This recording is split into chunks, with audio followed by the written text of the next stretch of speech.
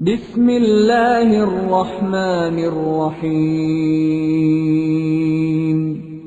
الحاقة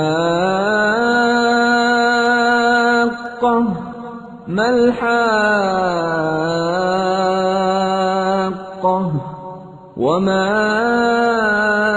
أدراك ما الحاقة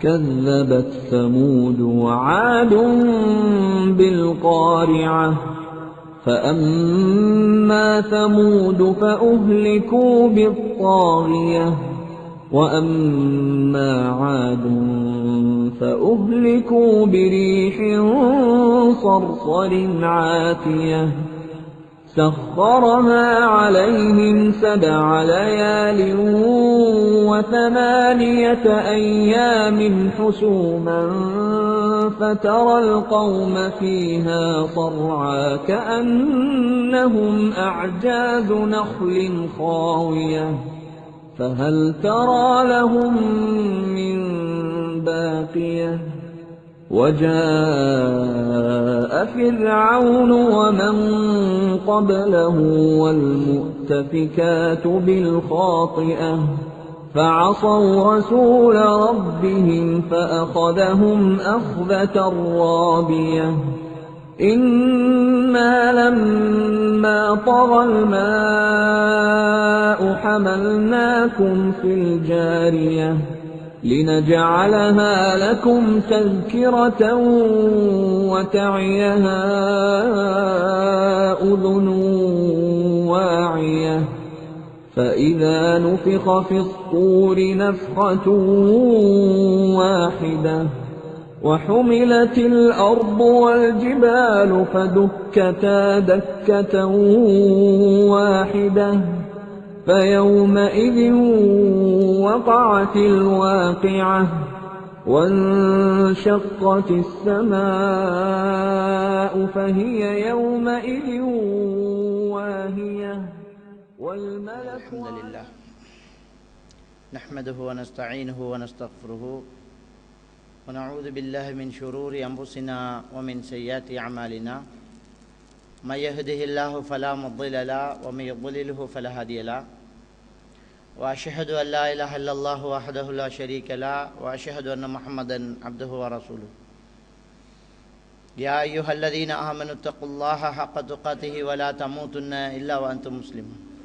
يا أيها الذين آمنوا اتقوا الله وقولوا قولا سديدا يصلح لكم أعمالكم ويغفر لكم ذنوبكم ومن يطع الله ورسوله فقد فاز فوزا عظيما يا أيها الذين آمنوا اتقوا الله حق تقاته ولا تموتن إلا وأنتم مسلمون أما بعد فإن أصدق الحديث كتاب الله وإن خير الهدي هدي محمد صلى الله عليه وسلم وشر الأمور محدثاتها وكل محدثة بدعة وكل بدعة ضلالة وكل ضلالة بالنار சர்வ புகழும் புகழ்ச்சியும் எல்லாம் வல்ல அல்லாஹ்வுக்கு சுப்ஹானஹு தஆலாவுக்கே சலாமும் சலவாத்தும் ஸல்லல்லாஹு அலைஹி வஸல்லம் அவர்கள் மீதும் சஹாபாக்கள் தாபீன்கள் தபஅ தாபீன்கள் நல்லோர்கள் எல்லோர் மீதும் என்றென்றும் எப்போதும் உண்டாகட்டுமாக. அன்புக்குரிய இஸ்லாமிய சகோதரர்களே, அல்லாஹ்வுக்கு சுப்ஹானஹு தஆலா சூரத்துல் அராஃப் 31வது வசனத்திலே சொல்லி காட்டுகின்றான், யா பனி ஆதம ஹுது ஸீனதகும் இன்த குல்லி மஸ்ஜித் வகுலு வஷ்ரபு வலா துஸ்ரிஃபு இன்னஹு லா யுஹிப்புல் முஸ்ரிஃபீன். ஆதமுடைய மக்களே, நீங்கள் உங்களுடைய அலங்காரங்களை எல்லா பள்ளிவாசல்களிலும் எடுத்துக்கொள்ளுங்கள். நீங்கள் உண்ணுங்கள், பருகுங்கள், வீண் விரயம் செய்ய வேண்டாம். நிச்சயமாக அல்லாஹ்வுக்கு சுப்ஹானஹு தஆலா வீண் விரயம் செய்யக்கூடியவர்களை விரும்புவதில்லை என்று அல்லாஹ் தஆலா சொல்லி காட்டுறான். வீண் விரயத்தை பற்றி திருக்குர்ஆனில் 21 இடங்களுக்கு மேலே வீண் விரயத்தை பற்றி அல்லாஹ்வுக்கு சுப்ஹானஹு தஆலா சொல்லி காட்டுறான். வீண் விரயம் என்று சொல்வது ஒன்றில் தேவையற்று எல்லை மீறி போவது வீண் விரயமாக இருக்கும். மார்க்க விஷயத்திலும் பொருளாதார விஷயத்திலும் இந்த வீண் விரயம் தடுக்கப்பட்ட ஒன்றாகவே இருக்குது. நபிகள் நாயகம் ஸல்லல்லாஹு அலைஹி வஸல்லம் அவர்களிடத்தில் அவர்களுடைய வீட்டுக்கு 3 நபி தோழர்கள் வருகை தந்து ஸல்லல்லாஹு அலைஹி வஸல்லம் அவர்களுடைய வணக்க வழிபாடுகளை பற்றி விசாரிக்கிறாங்க. ஆயிஷா ரலியல்லாஹு தஆலா அவர்கள் அவர்களுடைய வணக்கங்களை எல்லாம் எடுத்து வைக்கிறாங்க. அந்த சஹாபாக்கள் சொல்கிறாங்க, நபி அவர்கள் முன்பின் பாவங்கள் மன்னிக்கப்பட்டவர், அவருடைய வணக்கம் எங்கே, நாம் எங்கே இருக்கிறோம் அப்படின்னு சொல்லிட்டு ஒருத்தர் சொல்கிறார், நான் இனிமேல் பகல் வேளைகளில் உணவருந்த மாட்டேன், நோன்பு வைக்க போகிறேங்கிறாங்க. இன்னொருத்தர் என்ன சொல்கிறாரு, நான் இரவு நேரங்களில் நின்று வணங்க போகிறேன் அப்படிங்கிறார். 3ஆம் நபர் சொல்கிறாரு, நான் பெண்களை விட்டு ஒதுங்க போகிறேன், எனக்கு திருமணம் தேவையில்லை, நான் பெண்களை விட்டு ஒதுங்க போகிறேன் அப்படிங்கிறார். இந்த 3 பேரும் இவ்வாறு சொன்ன விஷயத்தை பெருமானா ஸல்லல்லாஹு அலைஹி வஸல்லம் அவர்களுக்கு நாயகம் பெருமானா ஸல்லல்லாஹு அலைஹி வஸல்லம் உடைய மனைவியார் எத்தி வைக்கிறாங்க. ஸல்லல்லாஹு அலைஹி வஸல்லம் அவர்கள் அந்த நபி தோழர்களை எல்லாம் கூப்பிட்டு, நீங்கள் தானா இவ்வாறெல்லாம் சொன்னவர்கள்?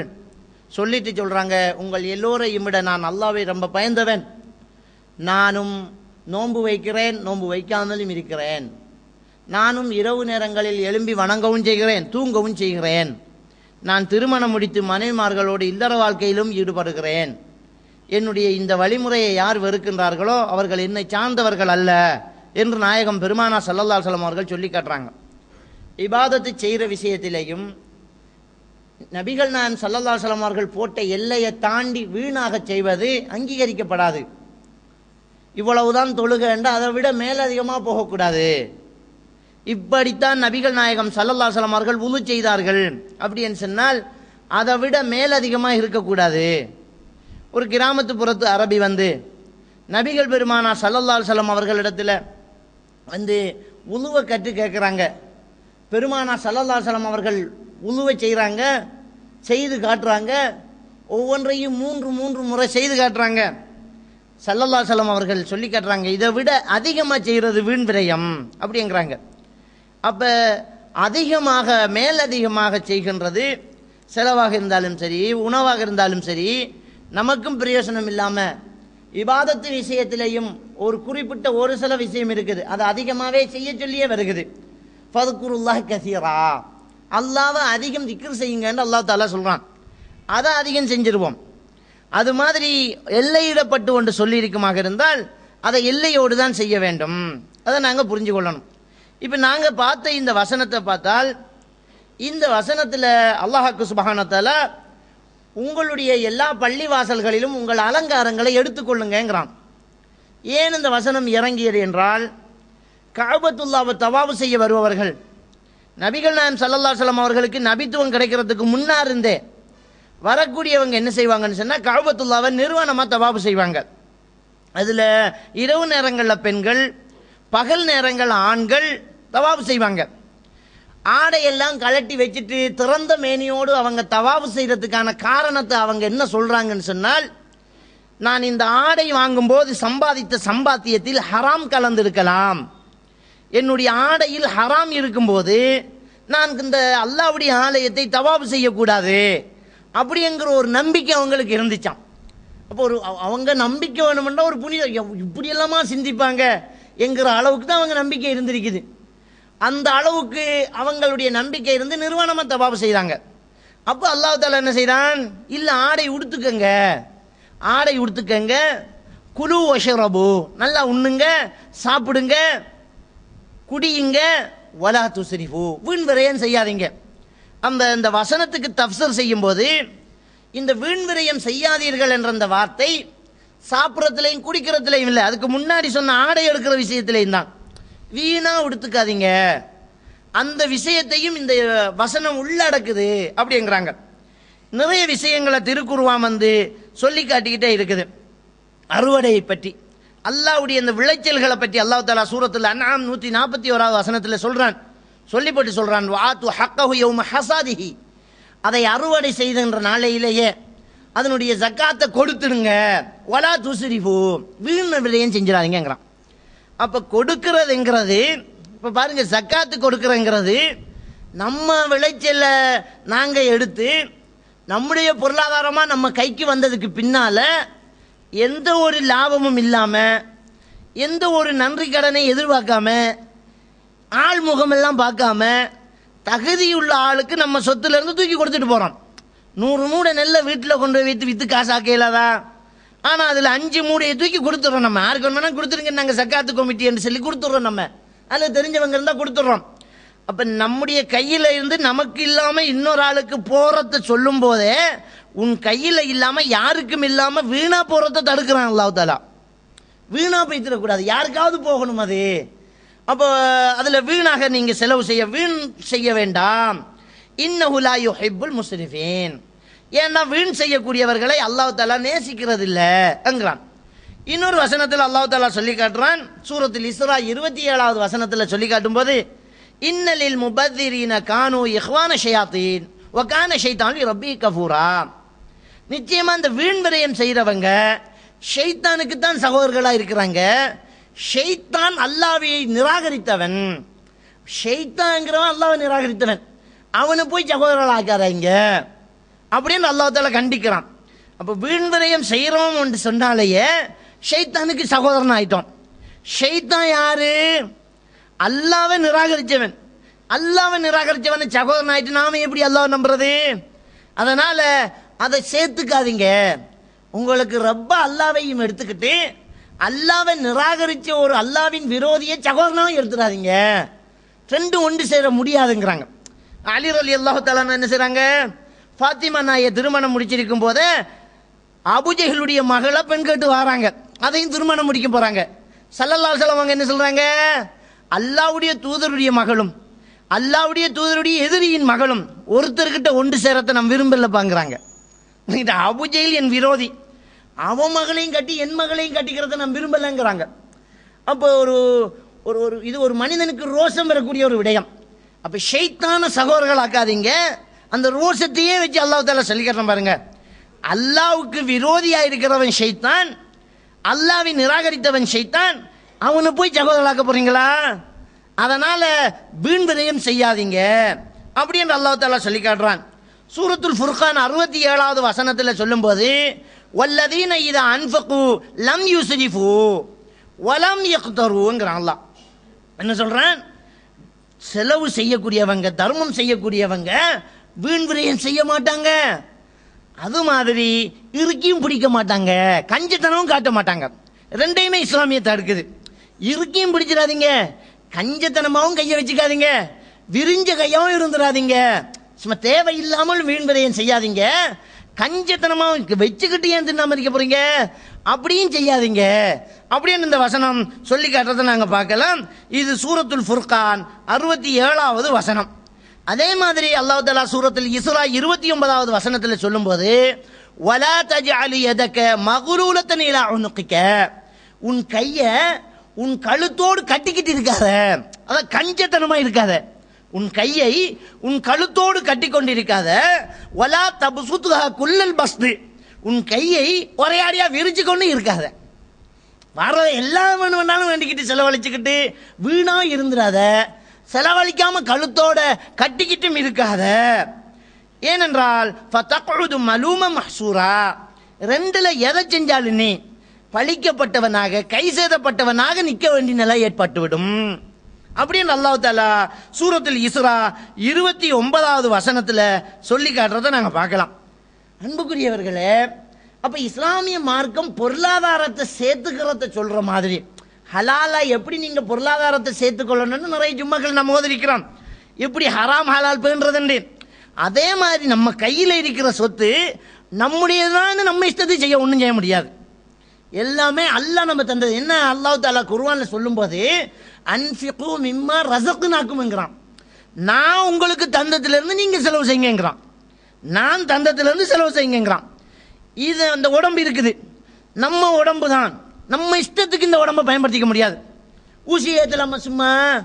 ரசூலுல்லாஹி ஸல்லல்லாஹு அலைஹி வஸல்லம் அவர்கள் உன்னுடைய உடம்பு பாதி வெயிலிலும் பாதி நிழலிலும் நிற்கிற மாதிரி நிற்காதங்கிறாங்க. நிழல்ல அரைவாசி, வெயில் அரைவாசி நிற்கிறது உடம்புக்கு செய்கிற அநியாயம். ஒற்றை காலில் செருப்பை போட்டுக்கும் மற்றை கால் செருப்பை தேடி போகாத. இதையும் கையில் எடுத்துக்கு தேடு, ரெண்டையும் ஒன்னா போடு. ஒரு காலுக்கு வேற வேதனா இன்னொரு காலுக்கு செருப்பா? அப்படி இந்த மார்க்கம் தடுக்குது. ஒரு மனிதர் என்ன செய்யறாரு? வெயில நிற்கிறாரு, நோன்பு வச்சுக்கிட்டு பேச மாட்டேங்கிறாரு, யாரோடையும் உட்கார மாட்டேங்கிறாரு, ரசூலுல்லாஹி ஸல்லல்லாஹு அலைஹி வஸல்லம் அவங்க சொல்றாங்க, அவரை இணல வந்து இருக்க சொல்லுங்க, அவரை உட்கார சொல்லுங்க, மற்றவங்களோட பேச சொல்லுங்க, நோன்பை மட்டும் தொடர சொல்லுங்கிறாங்க. தன்னை வருத்திக்கிறது, தீ மிதிக்கிறது, ஊசியால குத்துறது, உடம்புல காவடி மாதிரி ஏற்றிக்கிறது, இதெல்லாம் இஸ்லாமிய மார்க்கம் என்ன செய்யல, அனுமதிக்கல. நம்ம உடம்பு தான்ங்கிறதுக்காக நம்ம இஷ்டத்துக்காக பயன்படுத்த முடியாது. இந்த கண்ணை எப்படி பயன்படுத்தணும்னு அல்லாஹ் சொல்றானோ அப்படி பயன்படுத்தணும். அதே மாதிரி நம்ம கையில் இருக்கிற பொருளாதாரத்தை நம்ம பொருளாதாரம் தானே, நம்ம இஷ்டத்துக்கு பயன்படுத்த முடியாது. அதை கஞ்சத்தனமா வச்சுக்காத, செலவு பண்ணாம கஞ்சத்தனமா உன் கையை கழுத்தோடு கட்டி வச்சுக்காத, அநியாயமாக ஊதாரித்தனமாக உன்னுடைய கையை விரிச்சும் விட்டுறாத. ரெண்டையும் இஸ்லாமிய மார்க்கம் என்ன செய்யுது, தடுக்குது. பெருமையை பற்றி ரசூலுல்லாஹி ஸல்லல்லாஹு அலைஹி வஸல்லம் அவங்க சொல்லி காட்டுறாங்க. ஒரு நபி தோழர் கேட்கிறாரு, யா ரசூலல்லாஹ், ஒரு மனிதன் தன்னுடைய ஆடை அழகா இருக்கணும்னு ஆசைப்படுறான், தன்னுடைய செருப்பு அழகா இருக்கணும்னு ஆசைப்படுறான், இதுவும் பெருமையா அப்படின்னு கேட்குறாங்க. நபிகள் நாயகம் ஸல்லல்லாஹு அலைஹி வஸல்லம் அவங்க சொன்னாங்க, இது பெருமை கிடையாது. இது அன்அமல்லாஹு அலா அப்திஹி நிஅமத்தன் ஃபயுஹிப்பு அய்யரா அஸர நிஅமத்திஹி அலைஹி. ஒரு மனிதனுக்கு அல்லாஹ் அருள் செஞ்சுட்டான்னு சொன்னா, ஒரு பொருளாதாரத்தை கொடுத்துட்டான்னு சொன்னா, அந்த அருளின் வெளிப்பாடாக அவனிடத்தில் அது வெளியாகுவதை அல்லாஹ் பார்க்க விரும்புகிறான். என்னுடைய பொருளாதாரத்துக்கு ஏற்ற மாதிரி நான் உடுத்துக்கணும், என்னுடைய பொருளாதாரத்துக்கு ஏற்ற மாதிரி நான் பாதானியை வேண்டி போட்டுக்கணும். அப்போ என்னட்ட பொருளாதாரம் இருக்குது, ஆனால் ஒரு கிழிஞ்ச சட்டையை தான் போட்டுக்கு இருக்கிறேன். என்னட்ட பொருளாதாரம் இருக்குது, ரொம்ப மெலிவான ஒரு செருப்பு போட்டுக்கிறேன். இது அல்லாஹ் விரும்புறது இல்லை. உனக்கு அல்லாஹ் தந்ததை நீ வெளியில காட்டணும். அப்ப கஞ்சத்தனம் காட்டுறது இல்லை, அதை இஸ்லாமிய மார்க்கம் தடுக்குது. அவரை வசதிக்கேற்ற மாதிரி அவர் என்ன செய்வாரு, உடுத்துக்குவாரு, அவரை வசதிக்கேற்ற மாதிரி அவர் இருப்பாரு. ஆனால் வீணாகவும் செலவு செய்யக்கூடாது. கல்யாணம் பண்ணி வந்துட்டா இன்னைக்கு சில பெண்கள் என்ன செய்வாங்க, அக்கம் பக்கத்தில் இருக்கிறவங்க நகையெல்லாம் இறவலுக்கு வேண்டி போட்டுருவாங்க. இது ஏழை பெருமை அடிக்கிறது. நாளை மறுமையில் அல்லாஹ் ஏறெடுத்தும் பார்க்க மாட்டானா. பெருமை அடிக்கக்கூடிய ஏழையே அல்லாஹ் ஏற. கல்யாணம் உன்னுடைய பொருளாதாரத்துக்கு, உன்னுடைய வசதிக்கு, உனக்கிட்ட என்ன உடுப்பு என்ன நகை இருக்கு அதை போட்டுட்டு போ. அப்ப அடுத்தவட செருப்பு, இன்னொரு தீர மாலை, இன்னொரு தீர தோடு, எதுக்கு இது இரவல் எதுக்கு?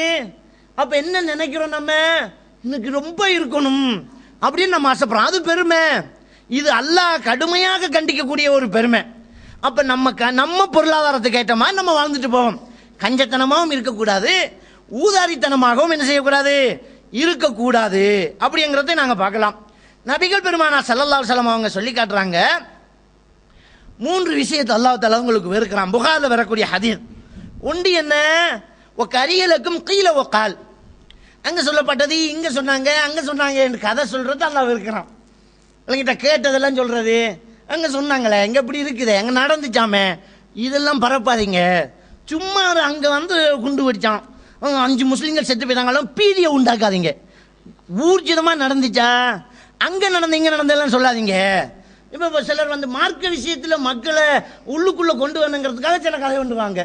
ஒரு ஆளு மையத்தை கொண்டு வந்தாங்களாம், கபரை வெட்டினாங்களாம், பாம்பு இருந்துச்சான், மூடிட்டு இன்னொரு கபரை வெட்டா அங்கேயும் பாம்பான், இன்னொரு கபரை வெட்டா அதுலயும் பாம்பான். அசரத்து கட்டானாம், இவர் என்ன செய்தார், இவர் வட்டிக்கு கொடுத்தாரு, செய்ய வழியில் அதுக்குள்ளேயே வச்சு அடங்குனாங்களாம். பார்த்தீங்களா, எங்க நடந்துச்சு, எந்த ஊர்ல, அக்கரைப்பத்தில் சொல்லுவாங்க, கொழும்புல சொல்லுவாங்க, கிழக்கு மாநிலத்தில் நடந்துச்சா எங்கேயாலும்? அப்ப வட்டி கொடுக்கிறவனுக்கெல்லாம் கபூர்ல பாம்பு கண்ணுக்கு தெரியுதான் கபூரா? அப்ப என்ன நடந்துகிட்டு இருக்கிற, சும்மா கதைக்கிறது. அப்ப இதை என்ன செய்யறான், அல்லாஹ் தஆலா வெறுக்கிறான். கஸரத்து சுவால், அதிகம் கேள்வி கேட்கறது, அதையும் அல்லாஹ் வெறுக்கிறான். அதிகம் கேள்வி கேட்கிறேன்டா என்ன, ஒரு ஆள் பயம் பண்றாரு, அவர்கிட்ட போய் இந்த ஹதீஸ் எங்க வருது அப்படின்னு கேட்கறது இல்லை.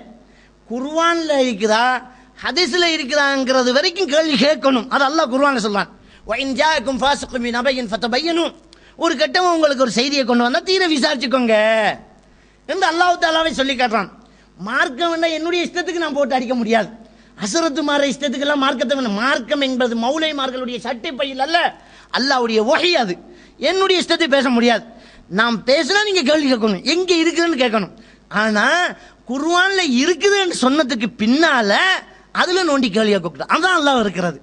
ஹதீஸ்ல வந்திருக்குதுன்னு சொன்னதுக்கு பின்னா ரசூலுல்லாஹ் சொன்னாங்களா, கேட்டுட்டோம். நம்ம மூளைக்கு படணும்னு நினைக்க கூடாது. இப்ப இஸ்லாமிய கபருடைய வாழ்க்கை, கபருடைய தண்டனை, தஜ்ஜாலுடைய வருகை, ரசூலுல்லாஹ் மேராஜ் பண்ணது மூளைக்கு படுதா? மூளைக்கு பட்டு படலைய அப்படி என்று கேள்வி கேட்காதீங்க. அல்லாஹ் சொன்னான்னு சொன்னா கேள்வி கேட்கக்கூடாது, ரசூல்லா சொன்னான்னு சொன்னா கேள்வி கேட்கக்கூடாது. இப்போ என்ன நடந்துகிட்டு இருக்குது இலங்கையில்? ரசூல்லா சொன்ன ஹதீஸ் புகாரியில் இருக்கு, ஆதாரமாக சரியா இருக்குது, அது எப்படி சாத்தியம்? அப்படி அது கேள்வி, 7-8 கேள்வி. அதுக்கே ஒரு பயானை போட்டு மக்களை குழப்பி குர்ஆன் ஹதீஸில் சந்தேகத்தை உண்டும்படியான சில வேலைகளை செஞ்சுக்கிட்டு இருக்கிறாங்க இந்த எஸ்எல்டிங்கிறவங்க, இந்த தௌல் ஜமாத்துங்கிறவங்க. அப்ப இப்படி இந்த வேலைகளை செய்யறத இஸ்லாம் என்ன செய்யல, அனுமதிக்கல. குர்ஆன்ல இருக்குதா கேள்வி கேட்காத, ஹதீஸ்ல இருக்குதா கேள்வி கேட்காத. அடுத்தது என்ன சொல்றாங்க? இதாஅத்துல் மால், பணத்தை வீணா செலவு பண்றது, கொட்டுறது. வீணா போய் பணம், நம்ம 4 பேர் சாப்பிட்றோம், 4 பேருக்கு கணக்கு சமைக்க வேண்டியதானே, 4 பேருக்கு கணக்குக்கு வாங்க வேண்டியதானே. நம்ம தின்றதை விட கொட்டுறது ரொம்ப அதிகமாக இருக்குது. இதுக்கு தேவையுள்ள ஏழையர்கள் எத்தனையோ பேர் இருக்கிறாங்க. அதே மாதிரி தான் தண்ணிகள் வீணா செலவு செய்யாத. நம்ம போயிட்டே இருப்போம், ஒரு டெப்பில் தண்ணி வந்துக்கிட்டே இருக்கும், நம்ம கண்டுக்காம போயிட்டு இருப்போம். நம்முடைய சொத்தா அப்படிம்போம். யார் சொத்தா இருந்தா என்ன? கவர்மெண்ட் சொத்து, கவர்மெண்ட் சொத்து இந்த நாட்டினுடைய சொத்து, நம்ம சொத்து தானே. அப்போ ஒரு பொது இடம், ஒரு ஹாஸ்பிட்டல்ல ஒரு டெப்பில் தண்ணி சொட்டி சொட்டா வந்திருக்குது, மூடிடுவோம். நம்ம அதை போய் இறுக்கி மூடுவோம். ஒரு பள்ளி வாசல் சொட்டி சொட்டா வந்திக்கு மூடிடுவோம். உது செய்யறோம், அதை திறந்து வச்சுக்கிட்டே காலை தேய்ச்சி கழுவிட்டு இருப்போம். அதை மூடிட்டு காலை கழுவ வேண்டியதானே. அதை திறந்து வச்சுட்டே முகத்தை தேய்ச்சிருப்போம். அதை மூடிட்டு முகத்தை தேய்ச்சிட்டு பிறகு திறக்க வேண்டியதானே. இதெல்லாம் வீணா போகுதா இல்லையா? கடலா இருந்தாலும் அளவா இருக்கணும். நம்ம பழையவர்கள் சொல்லுவாங்க, கடல்ல கொட்டுறதா இருந்தாலும் அளந்து கொட்டு, ஆற்றுல போறதாக இருந்தாலும் அளந்து கொட்டம் பாடியாமாங்க. அப்ப இந்த வீண் விரயம் செய்யக்கூடாது. அப்ப இதாஅத்துல் மால் இது ரசூலுல்லாஹி ஸல்லல்லாஹு அலைஹி வஸல்லம் அவங்க தடுத்த ஒரு விடயம். அப்படிங்கிறத பாருங்க. நபிகள் நாயகம் ஸல்லல்லாஹு அலைஹி வஸல்லம் சொல்றாங்க, புகாரில் வரக்கூடிய ஹதீஸ், குலு வஷ்ரபு வல்பிசு வதஸத்தகு ஃபீ கைரி இஸ்ராஃபின் வலா மஹீலா. உண்ணுங்க, பருகுங்க, ஆடையுடுங்க, வீண் விரயம் இல்லாமலும் பெருமை இல்லாமலும் இதை செய்யுங்கிறாங்க ரசூலுல்லாஹி ஸல்லல்லாஹு அலைஹி வஸல்லம். வீண் விரயம் இருக்கக்கூடாது, பெருமையும் இருக்கக்கூடாது. ஆடை உடுக்கிறது, கரண்டை காலு கீழே உடுக்கிறது பெருமைன்னு ரசூலுல்லாஹ் வரை இலக்கணமே சொல்லிட்டாங்க. எனவே கரண்டை காலுக்கு மேலே விடுங்க, அது வீண் விரயமும் தான் பெருமையும் தான், தேவையில்லாததுதான், அசுங்கம் தான். இந்த ரோட்டில் இருக்கிற ஊத்தையெல்லாம் அதில் படப்போகுது. கரண்டை காலுக்கு மேலே விடுங்க ஆண்கள், பெருமை இல்லாமல் இருக்கணும். அப்போ அதில் நம்ம ஏற்றுக்கொள்ள முடியுதில்ல. ஒரு சான் துணியை உயர்த்திக்கிறதுக்கு நமக்கு மனசு ரெடி இல்லைன்னா தான் பெருமை. சிந்திச்சு பாருங்க, எவ்வளவோ தொழுகிறோம், வணங்குறோம், இரவு நேரங்களில் எழும்புறோம், சகர் செய்கிறோம், நோன்பு வைக்கிறோம், மதுபானம் குடிக்க மாட்டேங்கிறோம், விபச்சாரம் செய்ய மாட்டேங்கிறோம், பண்டி இறைச்சி சாப்பிட மாட்டேங்கிறோம். எல்லாம் ஒதுக்கி ஒதுக்கி ஒதுக்கி வச்சுக்கிட்டு ஒரு 4 இன்ச்சு 5 இன்ச்சு துணிக்காக நரகத்துக்கு போகணுமா? நம்ம ஒரு 4 இன்ச்சு துணிக்காக நரகத்துக்கு போவோமே, அதையும் உயர்த்திக்குவோமே. எனவே வீண் விரயம்ங்கிறத இப்படியும் பெருமானா ஸல்லல்லாஹு அலைஹி வஸல்லம் அவங்க சொல்லி காட்டுறாங்க. நீங்க உண்ணுங்க, பருங்க, தர்மம் செய்யுங்க, உடுங்க, வீண் விரயம் இல்லாமலும் அதே மாதிரி பெருமை இல்லாமலும் அப்படிங்கிறாங்க. அதே ஹதீஸை எழுதிட்டு இமாம் புகாரி ரஹ்மத்துல்லாஹி இப்னு அப்பாஸ் ரலியல்லாஹு அன்ஹு கவுல அதில் சேர்த்து எழுதுறாங்க. அவர் சொன்னது என்ன சொல்றாங்கன்னு சொன்னா, குல் மாஷித்த ஒல் பிஸ்மாஷித்த. இப்னு அப்பாஸ் ரலியல்லாஹு அன்ஹு என்ன சொல்றாங்கண்டா, உனக்கு என்ன விருப்பமோ அதை சாப்பிடு, உனக்கு என்ன விருப்பமோ அதை உடுத்துக்க. மஹ்தத்துக்கை சின்னத்தான், உன்னை தவறில ஆழ்த்துறது 2 தான். இந்த 2ஐயும் தவிர்த்துக்க. ஒன்று என்ன சரஃபுன், இன்னொன்று என்ன மஹிலத்துன். ஒன்று வீண் விரயம், ஒன்று பெருமை. அப்ப இந்த வீண் விரயமும் பெருமையும் தான் தவறுல நம்மளை ஆழ்த்துது. அதை விட்டுட்டு நீ இருந்துக்க அப்படின்னு நபிகள் பெருமானா ஸல்லல்லாஹு அலைஹி வஸல்லம் அவங்க சொல்லி காட்டுறதை நாங்கள் பார்க்கலாம். அலி ரலியல்லாஹு தஆலா அவங்க சொல்றாங்க, மா அன்ஃபக்த அலா நஃப்ஸிக வ அஹ்லி பைத்திக ஃபி கைரி சரஃபின் வலா தப்தீரின் வ மா தஸத்தக்த ஃபலக. நீ உனக்கும் உன் குடும்பத்தாருக்கும் வீண் விரயம் இல்லாமலும் பெருமை இல்லாமலும் செலவு செய்திய, அதுவும் தர்மம் செய்திய, இதுவும் உனக்குரிய சொத்து. இவ்வளவுதான் நமக்கு மிஞ்ச போகுது. நம்ம உடுத்திக்கிறது எல்லாம் இல்லை, நமக்காக செலவு செஞ்சு முடிச்சது, நம்ம குடும்பத்துக்காக செலவு செஞ்சு முடிஞ்சது, அதுல வீண் விரயம் இருக்காம இருக்கணும். தர்மம் செய்தது, இது உன்னுடைய சொத்து. அதே மாதிரி ஒமா அன்ஃபக்த ரியானவ் சுமஅத்தன், இன்னொருத்தர் கதைக்கிறாங்க அப்படிங்கிறதுக்காக, 4 பேர் பேசிக்கட்டும்ங்கிறதுக்காக, இந்த அரசியல்வாதி செய்த மாதிரி 4 பேருக்கு போட்டோவுக்கு போஸ் கொடுக்கறது, அதுக்காக வேண்டி 4 பேர் பார்க்குறாங்க அப்படிங்கிறதுக்காக வேண்டி அப்படி செய்தீங்கன்னு சொன்னால் அது ஷைத்தானின் பங்கு, உங்களுக்கு இல்லாது, அது ஷைத்தானுக்கு போய் சேர்றது அப்படின்னு அலி ரலியல்லாஹு தஆலா சொல்றாங்க. இதுவும் புகாரி கிரந்தத்தில் பதிவாக இருக்கக்கூடிய ஒரு ஹதீஸ். அன்புக்குரிய இஸ்லாமிய சகோதரர்களே, இந்த வீண் விரயம் என்கிறது இவ்வாறு நடந்துக்கிட்டு இருக்கு ஒரு பக்கம். இன்னொரு பக்கம் பாருங்க, வீண் விரயம் என்கிறது இன்றைய பொருளாதார விளம்பர அமைப்பினால நம் மீது திணிக்கப்படுது. எப்படி திணிக்கப்படுது? முதல்ல ஒரு காலத்தில் நமக்கு என்ன தேவையோ அதை லிஸ்ட்டு போடுவோம். வீட்டிலேருந்து சவுக்கரம் தேவை, அரிசி தேவை, இவ்வளோ தேவைன்னு லிஸ்ட்டு போட்டுக்குவோம். மாவு தேவை, சீனி தேவை, ப்ரஷ் தேவை, எல்லாம் லிஸ்ட்டை போட்டு எடுத்துக்கிட்டு கடைக்கு போவோம். வெளியில் தான் நம்ம நிற்போம், கடைக்குள்ளே கடைக்காரன் நிற்பான். லிஸ்ட்டை சொல்ல சொல்ல அவன் சாமானை தூக்கி போட்டு பில்லை போட்டு தந்துடுவான், வேண்டிக்கு வந்துடுவோம். இப்போ என்ன நடக்குதுன்னு சொன்னால், என்ன தேவைன்னு தேவையோடு போகிறது கிடையாது, போய் தேவையை உருவாக்குறது. என்ன விளம்பரம் நடக்குதுன்னு சொன்னால், தேவையை நம்ம மீது திணிக்கிறாங்க. சும்மா ரோட்டில் போட்டுட்டு இருப்போம், போயிட்டே இருப்போம். ஒரு இடத்துல ஜனம் நிற்கும், அந்த இடத்துல ஜனம் நின்னா நமக்கு என்ன, போய் பார்த்தே ஆகல, நமக்கு அன்றைக்கு தலைவடிச்சு போகும். ஒரு இடத்துல ஜனம் நின்றா நம்ம என்ன அவசரம் பண்ணாலும் காலை குத்தி என்னன்னு பார்ப்போம். ஒன்றை வித்துட்டுப்பான் 10 ரூபாய்க்கு 3, 10 ரூபாய்க்கு 3ம்மா. 10 ரூபாய்க்கு 3ன்றா லாபங்கிறது நமக்கு தெரியுதே. இந்த 3ஐயும் 10 ரூபாய்க்கு வேண்டி 10 ரூபா லொஸ்ட் ஆகுதுங்கிறது நமக்கு புரியலை. 250 ரூபாட பொருள் அப்படியே வெட்டி 150 ரூபா போட்டிருப்பான். நம்ம நினைப்போம் 100 ரூபா லாபம், 4 வேண்டிடுவோம். 4 வேண்டி 150 ரூபா படி.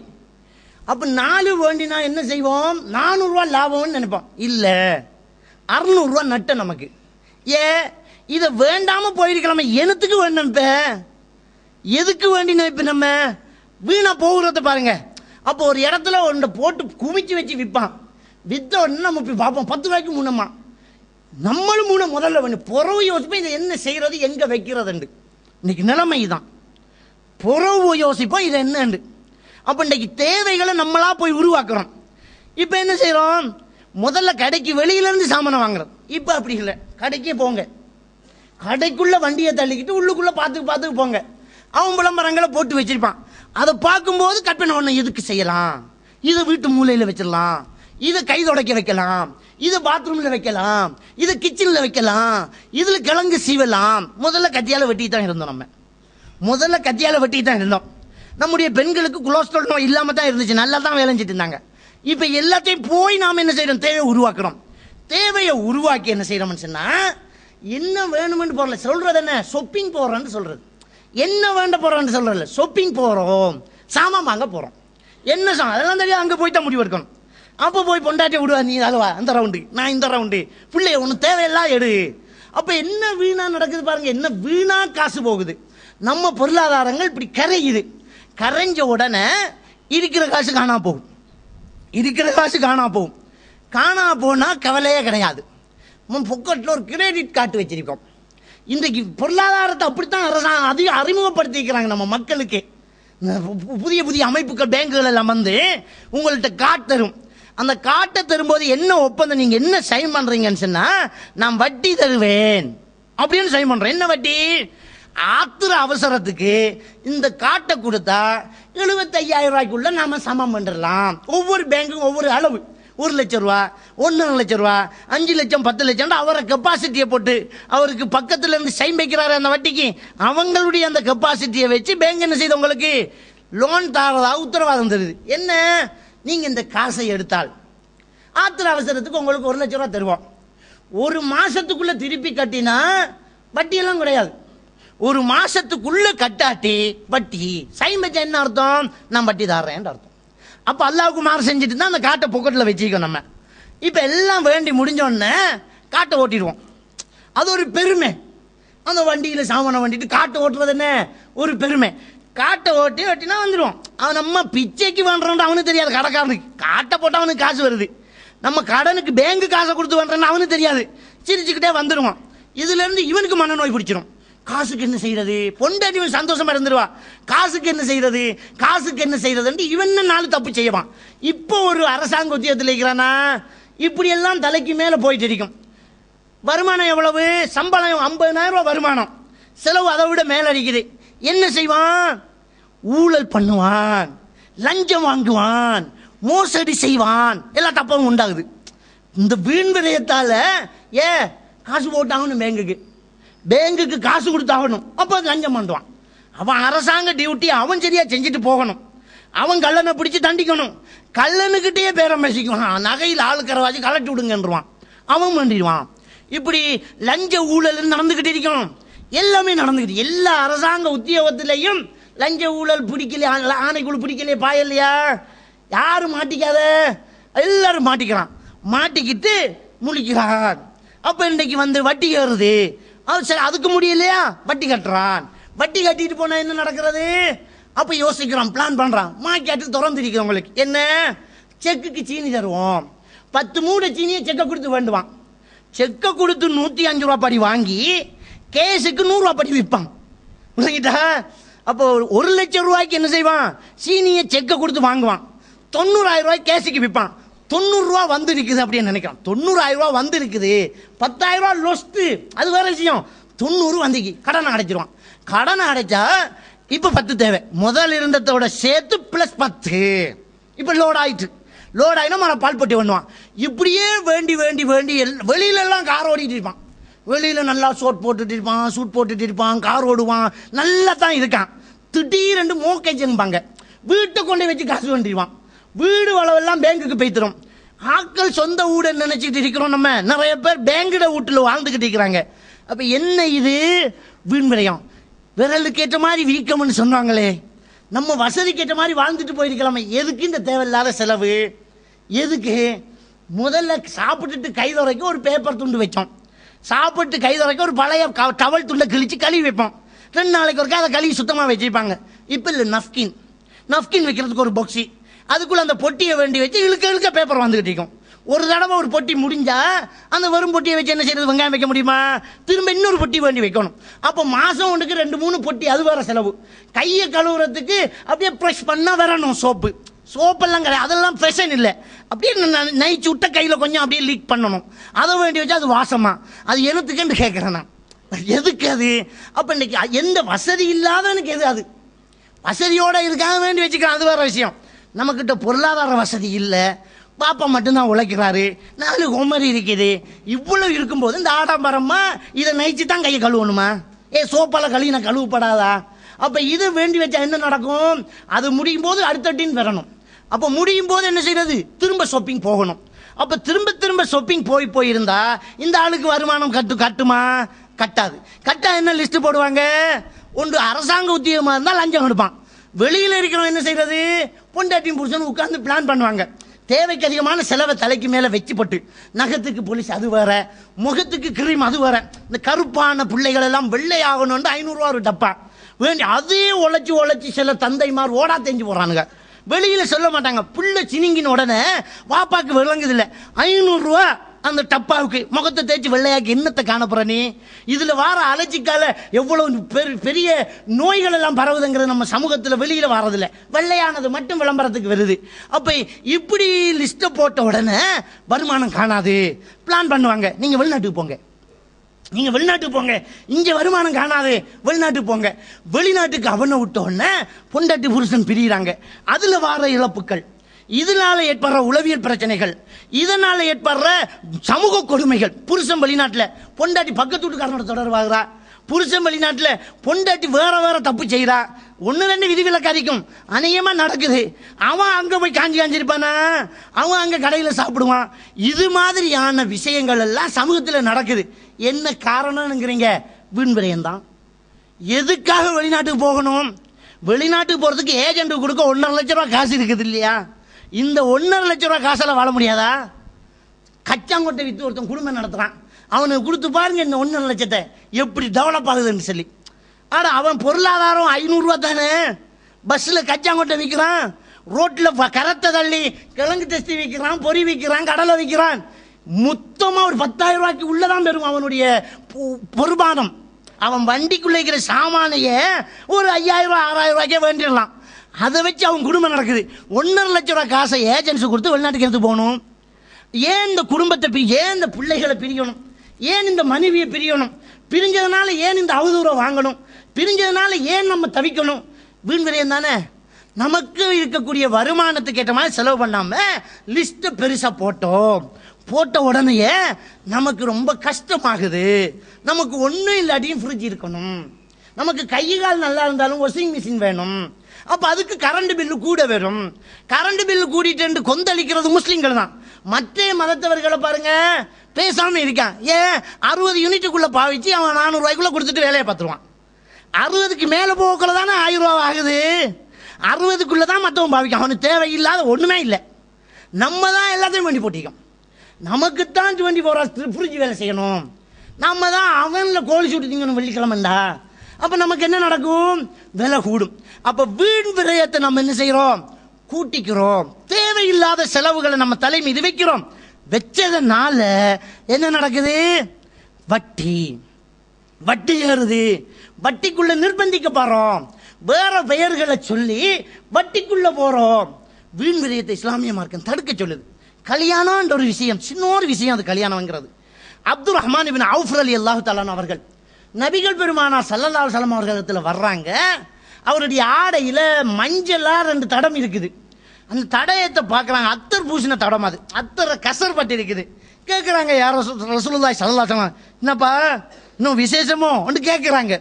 அத்தர் பூசண ஏதோ ஃபங்க்ஷன், என்ன விசேஷம் அப்படிங்கிறாங்க. கல்யாணம் முடிச்சுட்டேன் யார் சொல்லலாங்கிறாங்க. பாருங்க, கல்யாணம் முடிச்சிருக்கிறாங்க, ரசூலுல்லாஹுக்கு தெரியாது, சிம்பிளா நடந்து போகுது. அப்ப ரசூலுல்லாஹ் தெரியாம கல்யாணம் நடந்துக்குது. அப்ப ரசூலுல்லாஹி ஸல்லல்லாஹு அலைஹி வஸல்லம் கேட்குறாங்க, எவ்வளவு மகர் கொடுத்தீங்கன்னு கேட்குறாங்க. நம்ம கேட்ப எவ்வளவு சீதனம் வாங்கினீங்க, எவ்வளவு மகர் கொடுத்தீங்கன்னு கேட்குறாங்க. ஈச்சங்கொட்டையின் நிறை அளவு அல்லது ஈச்சங்கொட்டை அளவு தங்கத்தை கொடுத்தேங்கிறாங்க. அந்த ஹதீஸ் அறிவிக்கிற அறிவிப்பாளருக்கு அதனுடைய வெயிட்டா அதனுடைய அளவாங்கிறது டவுட் ஆகுது. அப்ப சொல்றாங்க, எப்படியோ ஈச்சங்கொட்டை அளவு தங்கத்தை கொடுத்து மகரை கொடுத்து கல்யாணம் முடிச்சிட்டேன், ஒரு அன்சாரி பெண்ணை கல்யாணம் முடிச்சிட்டேங்கிறாங்க. பெருமானார் ஸல்லல்லாஹு அலைஹி வஸல்லம் அவங்க சொல்றாங்க, அவுலிம் வலவு பிஷாத்தின், சரி ஒரு ஆட்டையாவது அறுத்து ஒலிமை கொடுத்துருங்க. ஒலிமை தான் ஆடை அறுக்கிற மாதிரி பெருசா வரப்போகுது, ஒலிமாவை பெருசா கொடுங்க. அப்ப அதுல வீண் விரயம் தவிர்க்கப்படுது. பாருங்க, இன்னைக்கு கல்யாணம் பண்ணி வந்தா கல்யாணத்துக்கு காட்டடிக்கிறதுக்கு இந்தியாவுக்கு போறான். உடுப்பட ஏன் இங்க எடுக்க மாட்டாங்க? இங்க உடுப்பு இல்லையா? போற வர ஃபிளைட் செலவு என்ன? போகும்போது தனியாக போவாங்களா? அது ஒரு பெருமை. பொண்டாட்டி பிள்ளை எல்லாம் 4 பேரை கூட்டிட்டு, மைனியும் கூட்டிட்டு, மாப்பிள்ளை வீட்லையும் ஒரு ஆளை கூட்டிக்கிட்டு போய் நீங்க அவருக்கு ஏற்ற மாதிரி உடுப்பை செலக்ட் பண்ணுங்கன்னு போய் அங்க உடுப்படுத்து அங்க காட்டடிச்சு, அது ஒரு ஃப்ராட். ஒரு காட்டுக்கு 200 ரூபா கோஸ்ட் சொல்லுவாங்க மணி. அந்த மாதிரி கோல்டு அச்சு எல்லாம் போட்டு காட்டடிச்சுக்கு வரான். காட்டடிச்சுக்கு வந்து கல்யாணத்துக்கு கூப்பிடுற காட்டை கொடுத்து போட்டு பேசாம போறாங்களா? காட்டு தேவையே இல்லைங்கிற அளவுக்கு தான் கல்யாணத்துக்கு கூப்பிட போவாங்க. காட்டை கையில கொடுத்துட்டு எப்ப கல்யாணம்னு அவர் கேட்பாரு. இவர் புதன்கிழமை பாரு, எத்தனை மணிக்குன்னு கேட்பாரு, 4 மணிக்கு பாரு, யாரு மாப்பிள்ளைன்னு கேட்பாரு, மாப்பிள்ளை வேறேன்னு சொல்லுவாரு, கட்டாயம் வந்துருங்க பாரு. அப்ப என்னத்துக்கு காட்ட கொடுத்து? என்னத்துக்கு இந்த 200 ரூபா வேஸ்ட் இல்லையா? இதுக்கு இந்தியாவுக்கு போற வேஸ்டோட சேர்த்து பிளஸ் பண்ணி பாருங்க, எவ்வளவு அநியாயம், தேவையில்லாத ஒன்று இல்லையா? அப்ப வீண் விரயம் நடந்துகிட்டு இருக்குது. இப்படி வீணா நம்ம யோசிச்சு பார்க்க, நம்ம வாழ்க்கையில ஒவ்வொரு அங்குலத்திலையும் வீணா செலவழிக்கும். இந்த காசை சேமிங்க. இந்த போன்ல நடக்கிற வீண் விரயம், எஸ்எம்எஸ்க்கு எவ்வளவு? 5% வைங்களேன். 5% வச்சாலும் சுறுதுளி வெறும்பெல்லாம் எஸ்எம்எஸ் பண்றான். எதை எஸ்எம்எஸ் பண்றான்? ஒன்றுமே உப்பு சப்பு இல்லாத ஒன்று எஸ்எம்எஸ் பண்றான். ஜோக்கு, ஒருத்தன் ஏமாத்துறது, சும்மா ஹாயங்கிறது, அப்படி இப்படின்னு இந்த போனாலே நமக்கு போறது. சுரண்டி சுரண்டி சுரண்டி போன் போறான். கோல் எடுக்கிறவங்க, போன் பாவிக்கிறவங்கெல்லாம் அந்த போட்ட போன்ல ஏதாவது சம்பாதிக்கிறாங்களா? ஏதாவது பிசினஸ் மேன் மட்டுமா போன் வச்சுக்கிறான்? ஒன்றுக்குமே இல்லாதவன் போனை வச்சுக்கிறான். அவன் ஒவ்வொரு வீட்லையும் பிள்ளைகளுக்கு சாப்பாட்டு செலவு கொடுக்கறது மட்டும் இல்லாம ரீலோட் செலவு கொடுக்கிற நிலைமை பேரண்ட்ஸுக்கு ஏற்பட்டாச்சு. பிள்ளைகளுக்கு போனை வேண்டி கொடுத்துட்டு ரீலோடு, ஒன்றுமே இல்லாத செலவுகள். இந்த போனை வச்சுக்கிறவங்க ஒன்றையுமே சாதிக்க போறதும் இல்லை. இந்த போன் இல்லாட்டி செத்து போய்த்துருவாங்களா? ஆனா ஒரு காலத்துல ஊருக்கு ஒரு போனோட தந்திங்கிற ஒன்றை எடுக்கிறாங்க. இப்ப அரசாங்கம் இந்த போஸ்ட் ஆபீஸ்ல தந்திங்கிற ஒரு சப்ஜெக்டை இந்தியாவில் எடுத்துட்டாங்க. வார மாசம் இலங்கையில இருந்து எடுக்கிறாங்க. ஏன் எடுக்கிறாங்க? யாரு தந்தி அடிக்க போறான்? எல்லாம் எஸ்எம்எஸ் பண்ணிக்கிட்டு இருக்கிறான். அப்போ ஊரில் ஒரு போஸ்ட் ஆபீஸ்ல தான் போனு, இல்லாட்டி போன் இல்லை. செத்தமா நம்ம வாழ்ந்துட்டு தானே இருந்தோம். நம்ம பொருளாதாரம் இந்த போன் கம்பெனிகளுக்கு கோடி கோடியாக போயிட்டு இருக்குது. நம்முடைய பள்ளி வாசலை நிர்வகிக்க முடியாம நாம பிச்சை எடுத்துக்கிட்டு இருக்கிறோம். நம்ம மதரசாவை வாழ வைக்க முடியாம நாம 4 பேர்கிட்ட ரிசிப்ட் புக் எடுத்துக்க போறோம். பொஸ்ஸே சொல்றான் பொஸ் இல்லைன்னு நிலைமை. அப்ப நம்ம இந்த போனுக்கு போற காசையாவது இந்த பள்ளி வாசலுக்கு போடுவோமே, இந்த போனுக்கு கொடுக்கிற காசையாவது இந்த நிர்வாகங்களுக்கு கொடுப்போமே, இஸ்லாமிய அமைப்புகளுக்கு கொடுப்போமே, ஏழைகளுக்கு கொடுப்போமே. நம்ம பிச்சை எடுக்கிற முஸ்லிம்களை குறைப்பமே, வெக்கமா இருக்கிற, நிப்பாட்டுவோமே. இல்ல, பிச்சைக்காரனா இருந்தாலும் அவனுக்கும் போன் தேவைப்படுது. அவன் பிச்சை எடுத்து பிச்சை கொடுத்துக்கிட்டு இருக்கான் போன. அப்ப இந்த அளவுக்கு வீணா நம்ம பொருளாதாரத்தை கரைச்சி கொட்டிக்கிட்டு இருக்கிறோம். இதை இஸ்லாமிய மார்க்கம் கடுமையாக கண்டிக்கிறது. வீண் விரயம் என்பதை அல்லாஹ் விரும்ப மாட்டான். விரும்பும் செய்யக்கூடியவர்கள் ஷைத்தானின் சகோதரர்கள் என்று அல்லாஹ் தஆலா சொல்லி காட்டுறான். எல்லாம் வல்ல அல்லாஹ்வுக்கு சுப்ஹானஹு தஆலா நம் அனைவரையும் வீண் விரயம் இல்லாத ஒரு நல்ல ஒரு வாழ்க்கை வாழ்வதற்கு தௌஃபீக் செய்வானாக.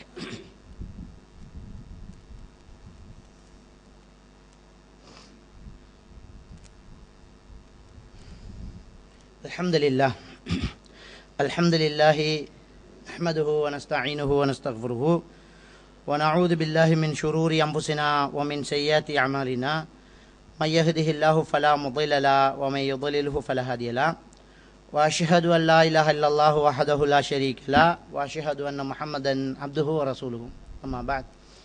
அன்புக்குரிய இஸ்லாமிய சகோதரர்களே, நபிகள் நாயகம் ஸல்லல்லாஹு அலைஹி வஸல்லம் அவர்களிடத்தில் ஜிப்ரீல் அலைஹிஸ்ஸலாத்து வஸ்ஸலாம் அவர்கள் ஒரு மனித உருவத்தில் வர்றாங்க. வந்து கியாமத்து நாளை பற்றி கேட்குறாங்க. அப்புறம் ரசூலுல்லாஹி ஸல்லல்லாஹு அலைஹி வஸல்லம் அவங்க சொல்கிறாங்க, இந்த கேள்வியை கேட்குற ஆளை விட கேட்கப்படுற ஆள் ஒன்றும் அறிஞ்சவர் கிடையாது. கேட்கப்படுறவரை கேட்டவர் தான் நல்லா தெரிஞ்சவர் என்கிறாங்க. சஹாபாக்களுக்கு விளங்கலை, வந்தவர் மனிதர்ன்றே நினச்சிட்டு இருக்கிறாங்க. அதுக்கு பின்னால் சொல்கிறாங்க, அப்படி என்றால் அமாரத்துஹா, அந்த கியாமத்து நாளினுடைய அடையாளங்களை சொல்லுங்களேன். உமா அமாரத்துஹா, அடையாளங்களை சொல்லுங்கிறாங்க.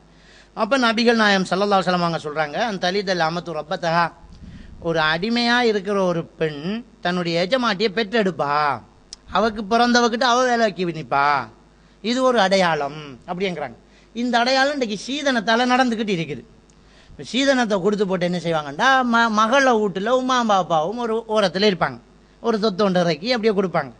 அங்கேயே சாப்பிட்றதுக்கு வெக்கமாக இருக்கிறதுனா அங்கே வேலை செஞ்சுட்டு சாப்பிட்டுட்டு இருப்பாங்க. அதை வெளியிலெல்லாம் காட்டுறேன், நான் பிள்ளைக்கு உதவி செய்கிறேன்னு சொல்லுவாங்க.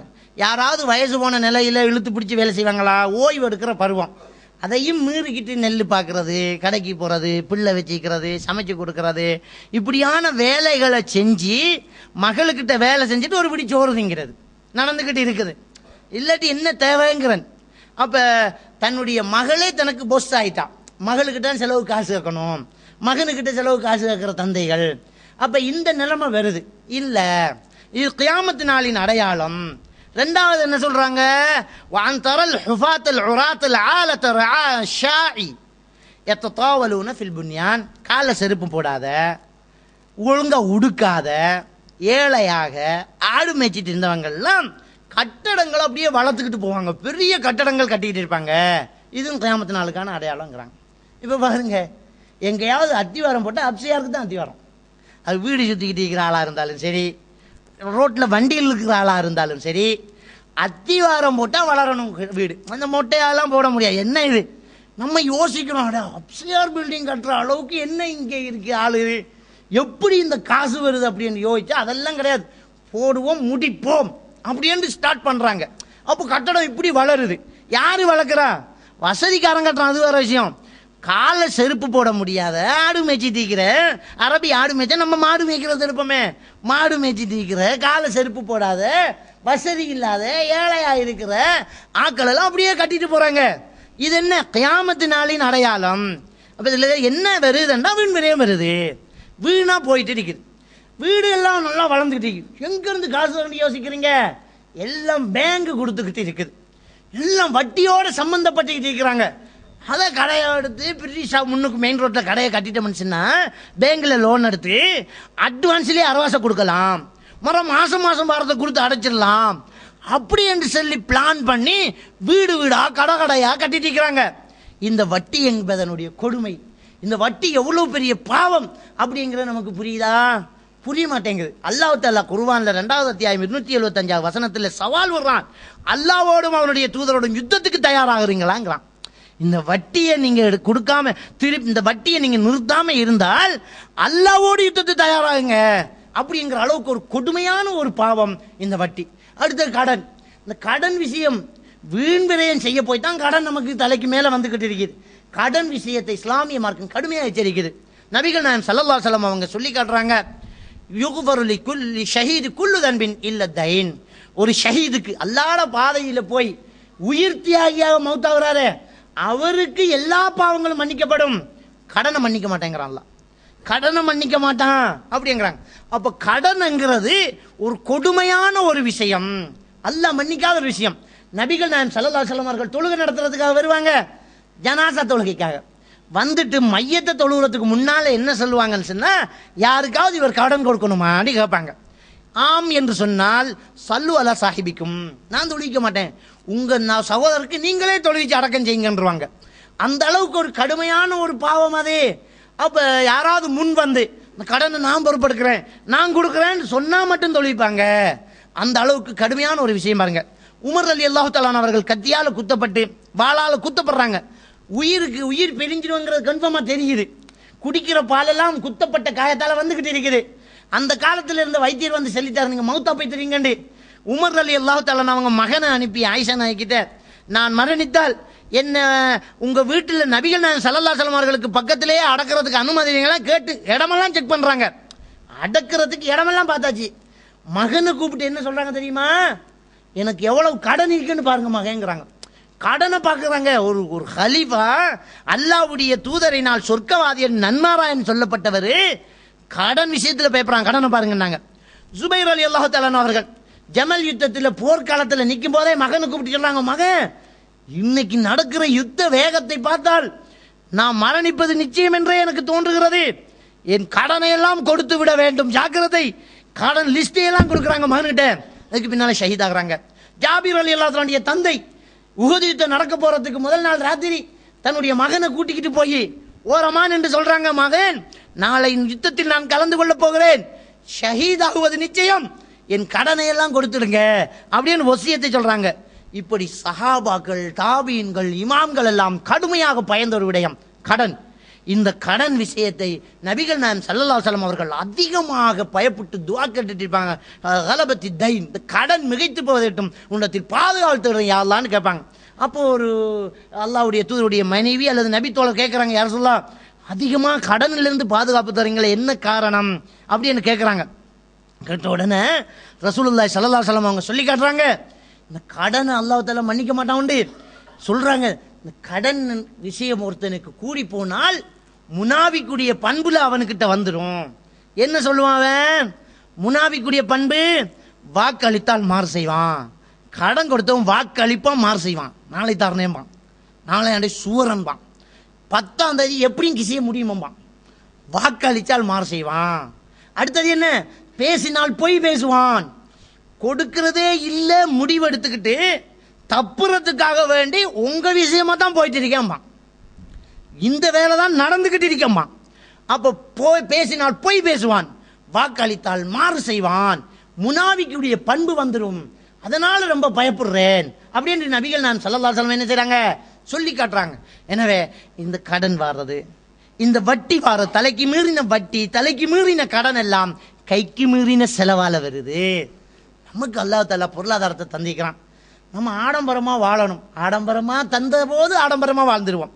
இருக்கிறத போட்டு இருக்கிற மாதிரி வாழ்ந்துட்டு போக நம்ம பழைத்தம் என்றால் இந்த தலையை அடகு வைக்க வேண்டிய அவசியமே கிடையாது.